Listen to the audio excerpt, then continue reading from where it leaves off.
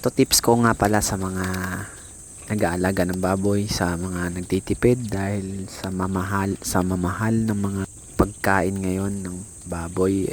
Ito ang aking alternatibong ginagawa para sa aking mga inahing baboy at sa mga partner ko dati.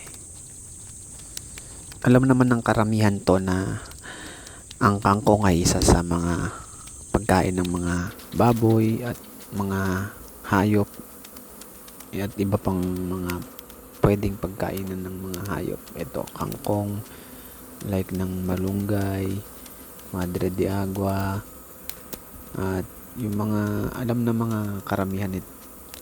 Yun, pagising ko na umaga, pupunta ako sa sapa. Diyan sa amin sa sapa, maraming kangkong diyan ako kukuha.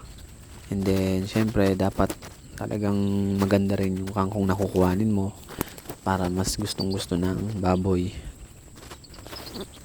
Yun, so sobrang mahal na mga feeds ngayon, kailangan natin talagang gumawa ng mga diskarte para makasurvive yung mga alaga natin dahil ang mamahal din ng feeds. Alam na natin, darak, halos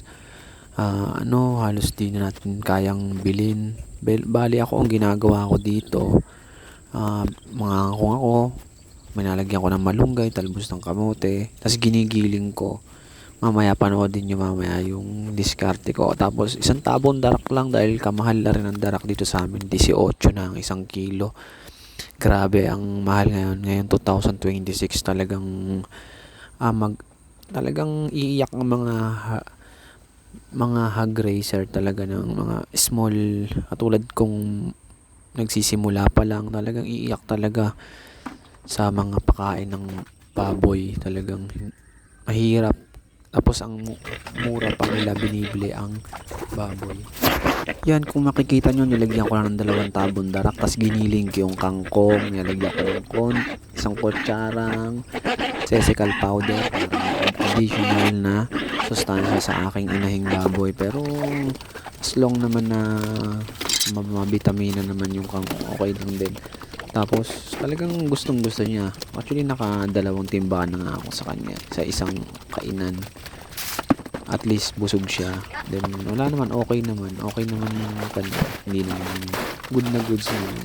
Yun, sa hindi nakakaalam, yung inahin ko na yan ay nanganak yan ng 14 piglets na buhay namin is 12.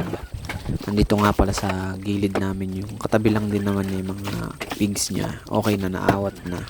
Then siguro mga after 10 days maglalandi na to. Subaybayan natin yung second na panganganak niya. Salamat.